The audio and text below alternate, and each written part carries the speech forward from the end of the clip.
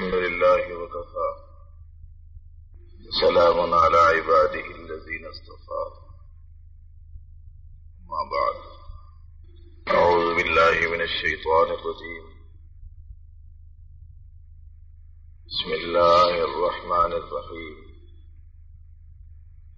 عسى أن تكرهوا شيئا وهو خير لكم وعسى أن تحبوا شيئا وهو شر لكم والله يعلم وأنتم لا تعلمون صدق الله العظيم. محترم معزز دوستو اور اللہ کا کرم ہے اس مکھل کی سرزمین پر ایک اور اللہ کے گھر کا اضافہ ہوا اور اس کی افتتاحی تقریب میں اللہ نے ہمیں جمع کیا. ایک وقت تھا کہ ایک ہی مسجد تھی، پھر اللہ نے دوسری بنوائی، پھر اللہ نے تیسری بنوائی، پھر اللہ نے چوتھی بنوائی اور پھر اللہ نے پانچویں بھی بنوائی. کرم ہے ان کا، احسان ہے مولا تعالیٰ کا. ہر مسجد میں جب بھی بلایا گیا، عامی احباب ہوں کہ اطراف و اکناف کے لوگ ہوں، سب کے سب شوق سے ذوق سے چلے آئے.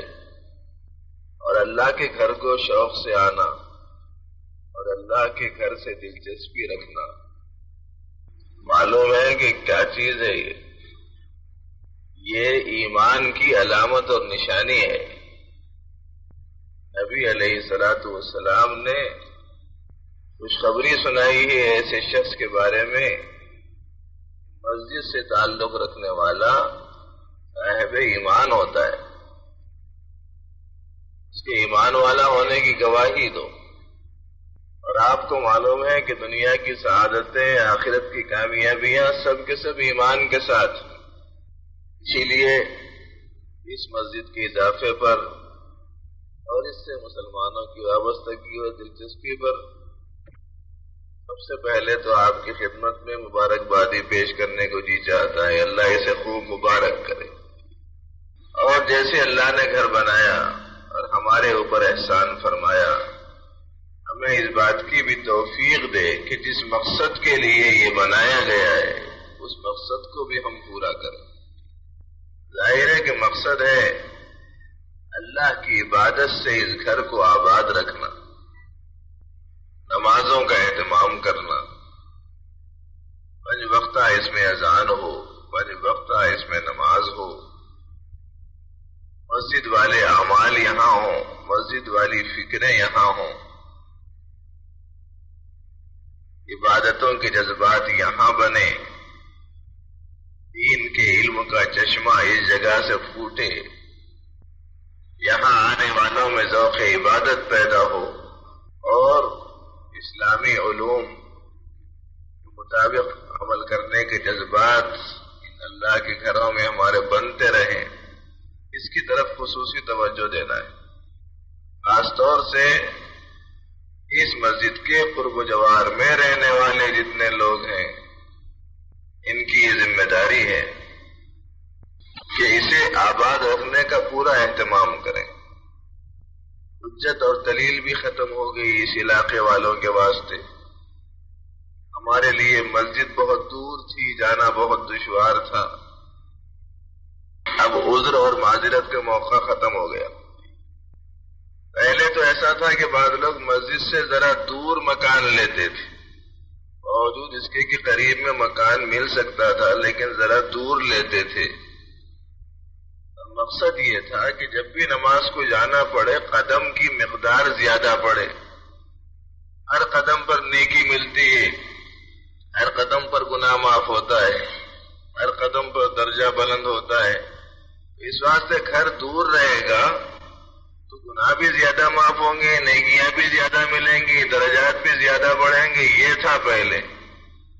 ہمارے زمانے میں مسجد دور ہے بولتے ہی پڑھتے سو نماز بھی چھوڑ دیتے.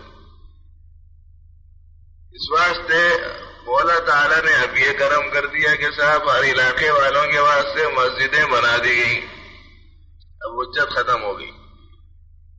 اب تو جتنے مرد ہیں ان سب کو آگے مسجد میں پڑھنا ہے ہی. پہلی بات تو چونکہ یہ افتتاح ہے مسجد کی بھی تقریب ہے اور اس کے ساتھ ساتھ سلسلے کا اجتماع بھی، تو اس لیے پہلی بات میں اس مسجد کی آبادی سے متعلق آپ کو بتائی گئی بات یاد رکھنے کی کوشش کیجیے.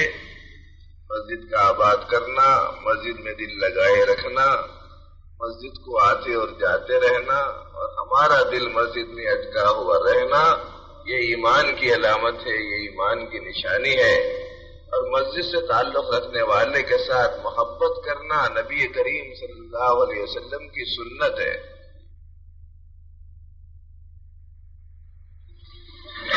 حضور کے زمانے میں ایک خاتون کبھی کبھی مسجد کی جھاڑو دے دیا کرتی تھی.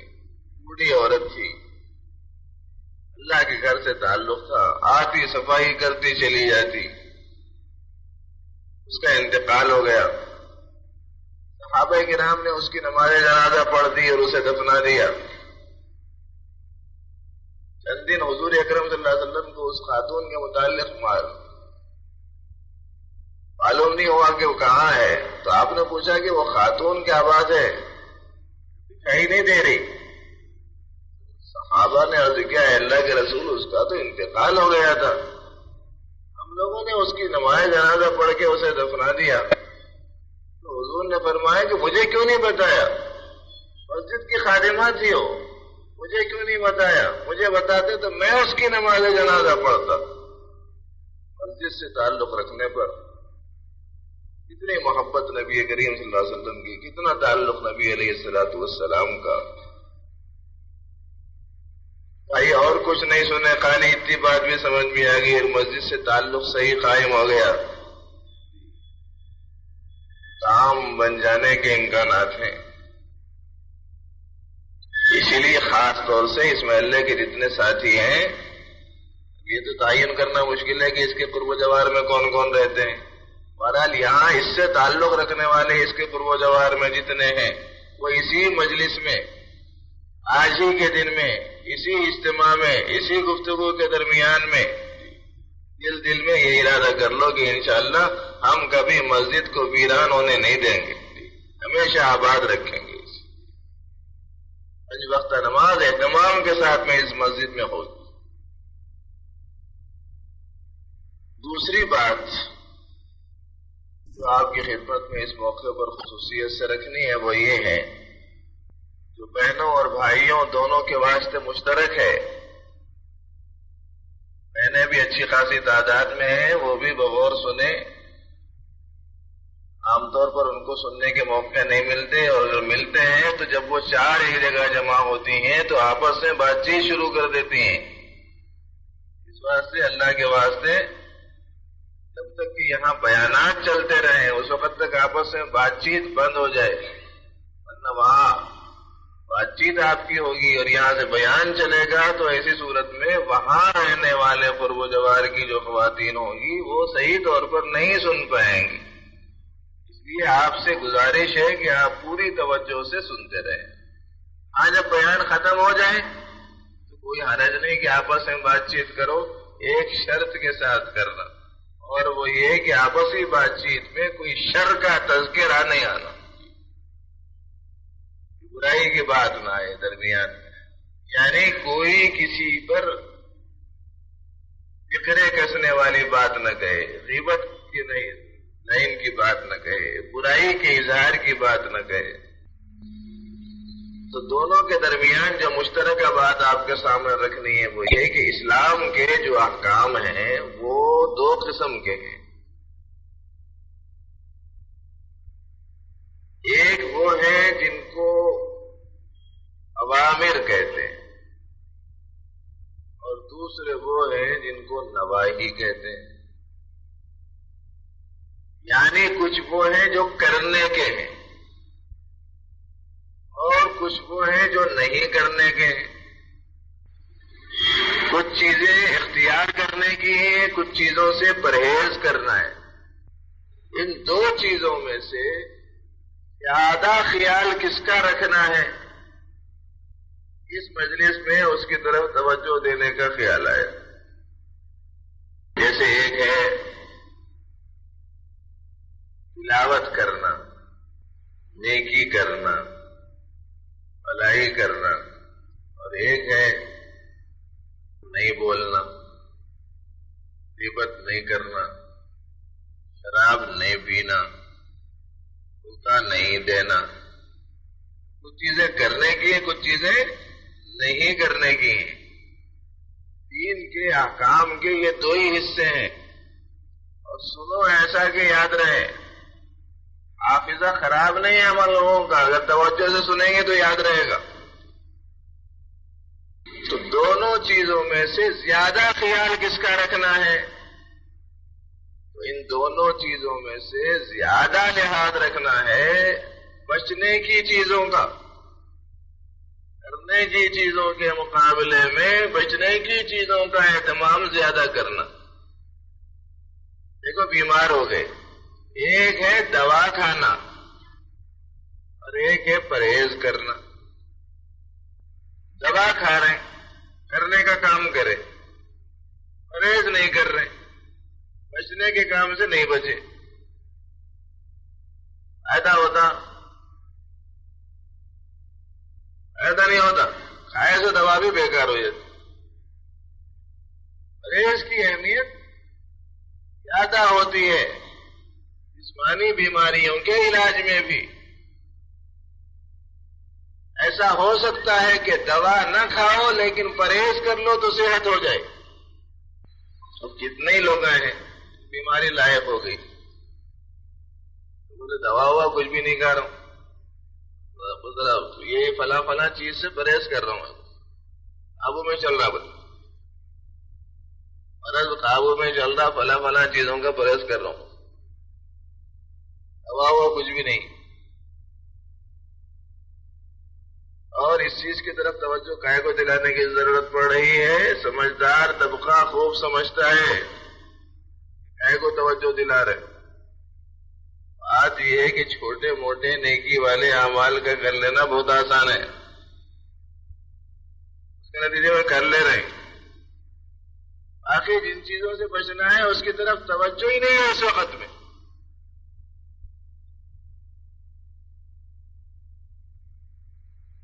تو ایک ہے دوا اور ایک ہے پرہیز۔ پرہیز کی اہمیت زیادہ۔ دوسری جو بات ذہن میں رکھنی ہے وہ یہ ہے کہ اگر ہم نے پرہیز نہیں کیا تو جیسے دوا فائدہ نہیں دیتی، اسی طریقے سے بچنے کی چیزوں سے اگر ہم نہیں بچے تو پھر ایسی صورت میں کی ہوئی نیکیوں سے ہماری ذات کو فائدہ نہیں ہوتا۔ وجہ اس کی یہ ہے کہ ایک ہے نیکی کا کرنا اور ایک ہے نیکی کا محفوظ رکھنا۔ نیکی جب محفوظ رہے گی تو فائدہ ہوگا، جب محفوظ نہیں رہے گی فائدے سے محروم رہ جائے گی۔ ایک چھوٹی سی مثال ذہن میں رکھیے، بازار میں گئے، خط آدم آئینہ 1000 روپیے دے کے خریدے، تو اب اس خط آدم آئینے سے فائدہ اٹھانا ہے اپنے گھر میں، خرید لینا الگ چیز ہے، لیکن بازار سے یا دوسرے شہر سے اپنے گھر کو محفوظ لے کر آنا یہ دوسری چیز ہے۔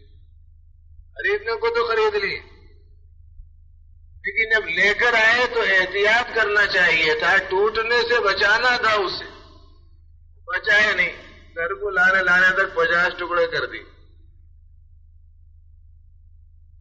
خریدے تو صحیح لیکن حفاظت نہیں کر سکے اس کی، تو اس سے فائدہ نہیں اٹھا سکتے اپنے گھر میں۔ اسی طریقے سے نیکی کر لینا الگ چیز ہے، اس کو محفوظ رکھنا علیحدہ چیز ہے۔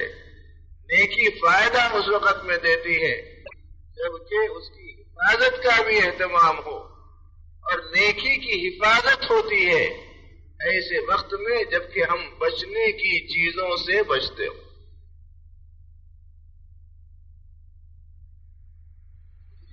نہیں بچیں گے تو نہیں ہوتا، نیکی کام نہیں دیتی. پھر اس سلسلے میں میں قرآن بھی پیش کروں گا آپ کے سامنے اور حدیث بھی انشاءاللہ تعالی. دیکھو آپ تبارک و تعالی ارشاد فرماتے ہیں یا ایھا الذین آمنوا لا تبطلوا صدقاتکم بالمن والأذى. ایک حکم ہے صدقہ خیرات کرنا اور ایک حکم ہے تکلیف دینے سے بچانا، احسان جتانے سے اپنے آپ کو بچانا. تو دو چیزیں ہیں، ایک کرنے کا حکم ہے، ایک بچنے کا حکم ہے. کرنے کا حکم کیا ہے؟ صدقہ کرو، خیرات کرو، غریبوں کی مدد کرو، یتیموں کی خدمت کرو، محتاجوں کی تعاون کرو، حکم ہے. اور بچنے کی چیز کیا ہے؟ احسان نہیں جتانا، تکلیف نہیں پہنچانا، یہ بچنے کی چیز. اب اگر کسی آدمی نے صدقہ کیا، خیرات کیا، خدمت کی، مدد کی، لیکن اس کے بعد تکلیف پہنچا دی یا اس کے بعد احسان جتا دیا، تو اس نے یہ جو کام کیا تھا، یہ جو نیکی کی تھی، یہ نیکی ختم ہو جاتی، باطل ہو جاتی، ضائع ہو جاتی. ارشاد ربانی ہے ایمان والو، نہ ضائع کر لو اپنے صدقات کو احسان جتانے کے ذریعے سے اور تکلیف پہنچانے کے ذریعے سے. بچنے کی چیزوں سے بچنا، بے ادبی سے بچنا ہے نبی کریم صلی اللہ علیہ وسلم کی. اگر بے ادبی سے نہیں بچے تو جو کچھ نیکیاں کی ہیں وہ سب کے سب ضائع ہو جائیں گے. قرآن پاک میں اللہ نے فرمایا کہ نبی کی آواز پہ اپنی آواز بلند مت کرو اور انہیں ایسا مت پکارو جیسے عام لوگوں کو پکارتے ہیں، تمہارے کیے کرائے سارے اعمال بیکار ہو جائیں گے اگر ایسا کرو گے. مقام ہے، مرتبہ ہے نبی کریم صلی اللہ علیہ وسلم کا. پروردگار عالم کے ہاں اتنا لحاظ ہے نبی کریم صلی اللہ علیہ وسلم کا کہ وہ اپنے حبیب کی معمولی سی ظاہری اعتبار سے ہونے والی بے ادبی کو بھی برداشت نہیں فرماتے. یہ ساری باتیں سنتے ہوئے تھوڑا سا اپنا فہم بھی استعمال کرتے رہنا. میرے سے کچھ بے ادبیاں تو نہیں ہو جا رہے ہیں، اس سے کوئی قصور تو نہیں ہو جا رہا، اس سے کوئی کوتاہی تو نہیں ہو جا رہی. کسی کے حکم کی ایک مرتبہ مخالفت کر دی تو بھی بہرحال بے اکرامی، دوسری دفعہ پھر کرے کے حکم کی مخالفت، تیسری دفعہ پھر کرے، چوتھی دفعہ پھر کرے، اور ان کی مخالفت کی عادت ہی بنا لی. دور کے کسی حکم کی خلاف ورزی کی عادت ہی بنا لی. کتنی بڑی بے ادبی ہے یا نہیں ہے؟ مسلمانوں کے مسائل سمجھ میں نہیں آ رہے ہیں. نبی کریم صلی اللہ علیہ وآلہ وسلم نے جو احکام دیے ہیں، اگر ان احکام کی رعایت ہو جائے، ایک ایک علاقے میں بڑے بڑے دینی کام ہوں، بڑے بڑے رفاہی کام ہوں. رفاہی بولے تو سمجھتے نہیں سمجھتے پتہ نہیں، عوام الناس کے فائدے کے کام دواخانے بن گئے، لوگوں کے لیے روزگار کے واسطے فیکٹریاں بنا دی، حلال روزگار کے سلسلے میں کئی ایک نوجوان بچوں کو کام پہ لگا دیا، غریب لڑکیوں کی شادیوں کا انتظام کر دیا. یہ سارے کام ہو سکتے ہیں اگر حضور اکرم صلی اللہ علیہ وسلم کی مخالفت سے خالی امت بچنا شروع ہو جائے. اور اگر ابھی بھی نہیں سمجھ میں آ رہا تو ایک چھوٹی سی بات ذہن میں رکھ لیجیے، یہ پورے ضلع محبوب نگر میں رہنے والے جتنے مسلمان ہیں ضلع محبوب نگر اس کی اپنے تعلقات اور منڈلوں کے ساتھ میں جتنے مسلمان رہتے ہیں پورے کے پورے مسلمان اگر ایک کام یہ کریں، چہرے کو سنت کے مطابق بنانا شروع کرتے ہیں تو کتنا پیسہ بچ جائے وہ اندازہ لگاؤ، کتنا پیسہ بچے گا، ذرا سوچو بھائی کتنا لگے گا، کتنا پیسہ بچے گا۔ ایک مرتبہ یہ مخالفت میں مثال کے طور پر چہرے کو پروسترا پھیرنے کی مخالفت ہے نا پیغمبر علیہ السلام کی، اس کے پیسہ خرچ کر کے مخالفت کرے، میرے کو تو کبھی کبھی سمجھ نہیں آتا بالکل۔ ایک ہے کہ اچانک کبھی کچھ مخالفت ہو گئی کہ پیسہ دے کے مخالفت چل رہی، اب ایک دو نہیں، کم سے کم اگر اس کا خرچ مثال کے طور پر 5 روپیہ ہو، معلوم نہیں کتنا ہے، اس بات سے کبھی زندگی میں نہ سابقہ پڑا ہے اور نہ کبھی پڑے، ہماری دعا تو یہ ہے کہ ہمارے سے اس سلسلے میں ایک پائی بھی کبھی زندگی میں خرچ نہ ہو۔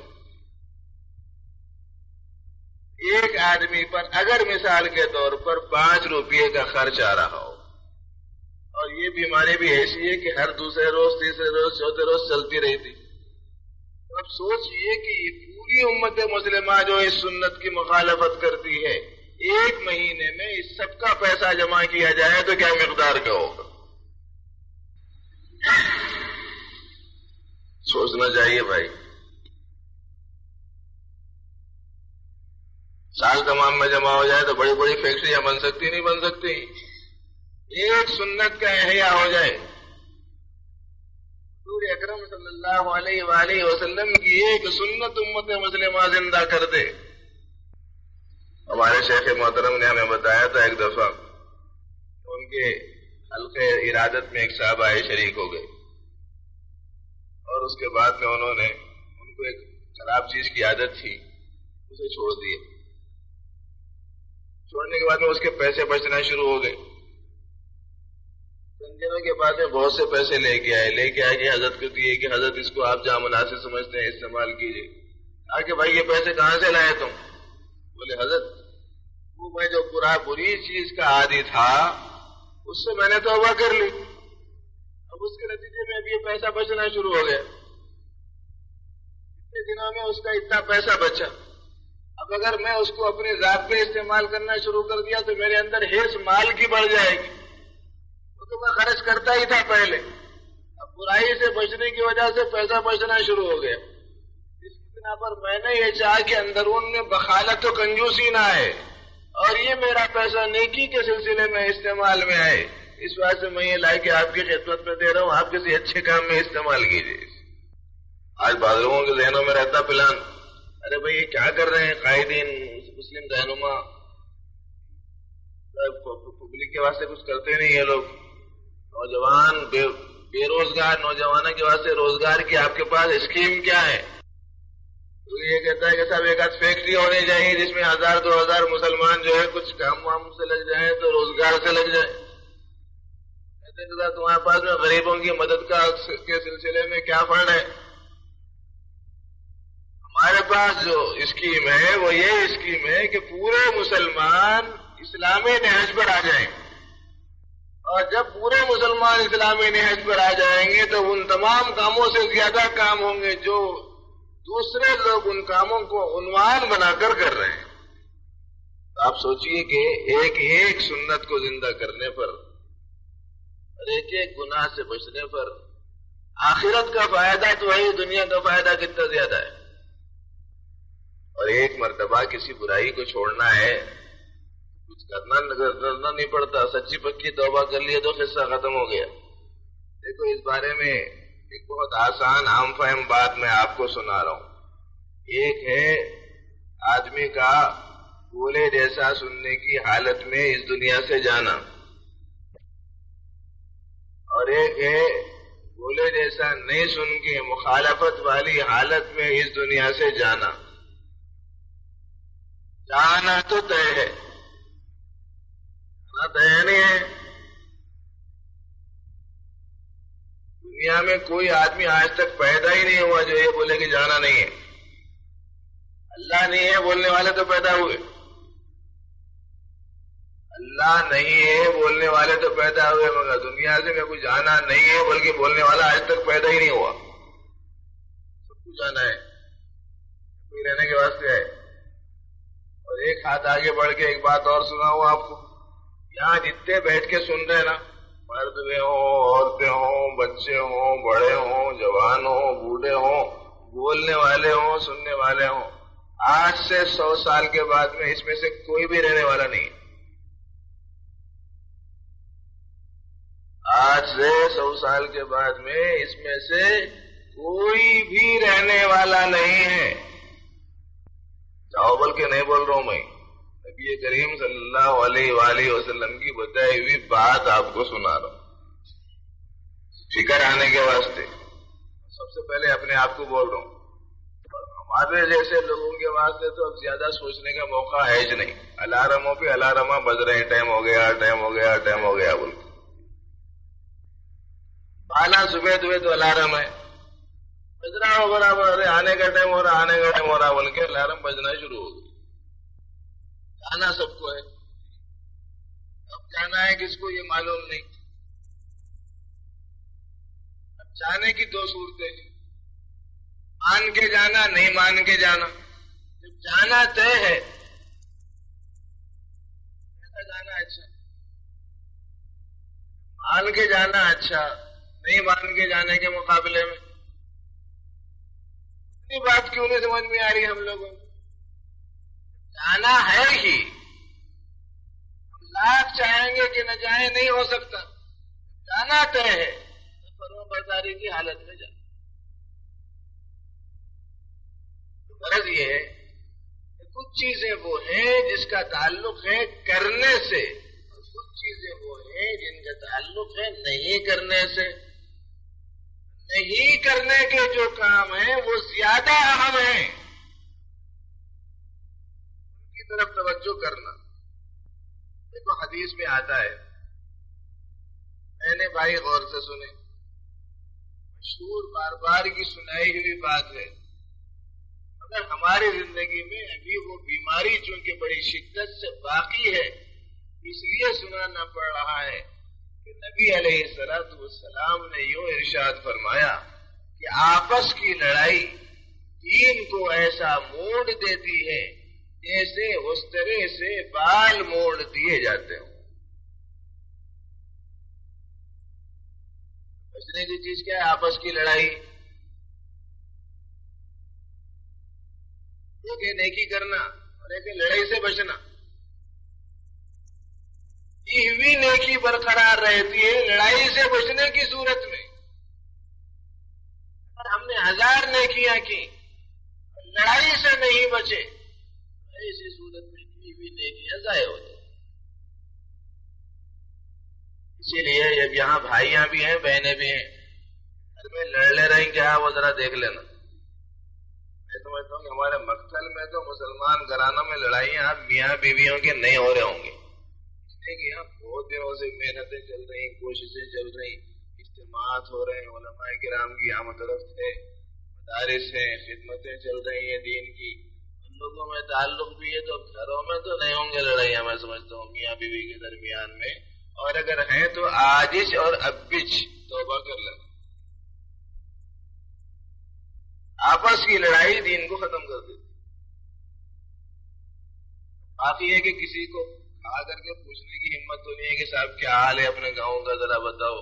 آپس میں میاں بیویاں لڑ لے رہے ہیں کیا بول کے. اب وہ کہے کو پوچھنا کسی سے، بس توقع یہی رکھنا کہ نہیں لڑ لے رہے ہوں گے. اور اگر لڑ لے رہے ہیں تو کیا کرنا؟ توبہ دلہ کر لو اور آئندہ نہیں لڑنے کا ارادہ کر لینا. اس واسطے کہ اگر لڑتے رہے کرتے سو نیکیاں ضائع ہوتے رہتے. یہ کوئی سمجھداری کی بات نہیں. ایک آدمی 1 گھنٹہ کام کرے تو 10 روپے، 1 گھنٹہ کام کرے 10 روپے بول کے اس کو کسی جگہ ملازمت مل گئی، کام مل گیا، 1 گھنٹے گزارا، اس کے بعد 10 منٹ کا اسے انٹرول مل رہا ہے. مثال کے طور پر 1 گھنٹے کو گیا، کام کیا، 10 روپے لے کے آیا، چولہے میں لگا دیا. پھر گیا 10 منٹ کے بعد پھر 1 گھنٹہ کام کرا، پھر 10 روپے کی نوٹ لے کے آیا، پھر چراغ میں لگا دیا.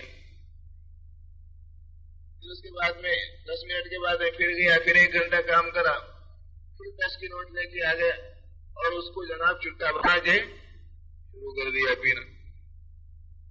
ایسی صورت میں کیا بولیں گے ایسے آدمی؟ کوئی سمجھدار آدمی ہے کہ نیکی کرتا رہے اور نیکی کو ضائع بھی کرتا رہے, پیسہ کماتا بھی رہے اور پیسے کو برباد بھی کرتا رہے. یہ جو لائن ہے نا, یہ تو ایسی ہے. ایسے کمانے والے چولہے میں لا کے ڈالنا سمجھداری ہے. لوٹا کمائے لا کے چولہے میں ڈالے, لوٹا کمائے آگ لگا دیے, لوٹا کمائے آگ لگا دیے. کتنی سمجھداری ہے؟ بھائی وہ کمانے کے بعد میں وہ ڈبیاں خرید کے, وہ چراغ سلگا کے, وہ جناب وہ ماچس کے ذریعے سے اسے سلگا کے جو کھینچ کے, کہیں ایسا نہ ہو کہ ذرا دیر سے جلیں گے بلکہ زور سے کھینچ کے اس کو پیسے پورے جلا ڈالو,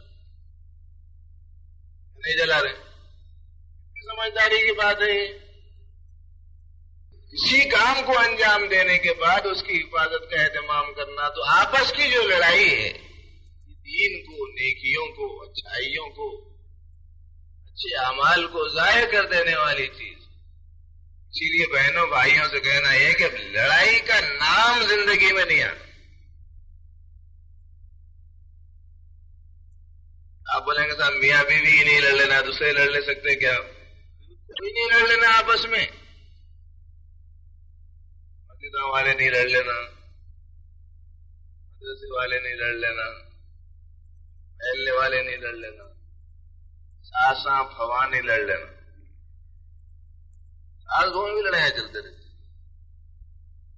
ایک چلتے سمجھ میں نہیں آتا.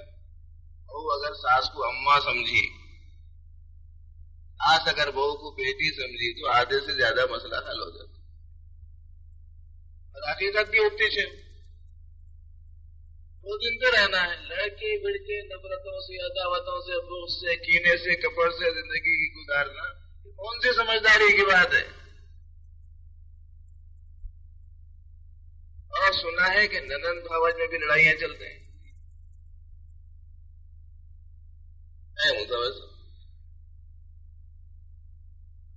ننند بھاوجوں میں لڑائی, ساس بہو میں لڑائی, میاں بیوی میں لڑائی.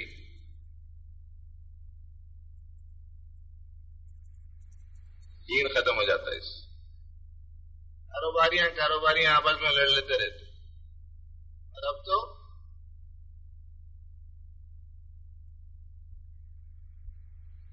جنرل سیکریٹری آپس میں لڑ لے رہے. ایک ہی پارٹی کے دو جنرل سیکریٹری ایک دوسرے کے اوپر گولیاں. شروع سے لے کے آخر تک لڑائیوں اور جھگڑوں کا ایک لامتناہی سلسلہ ہے. اور یہ پہلے زمانے میں پائی جانے والی بیماریوں میں سے ایک بیماری ہے.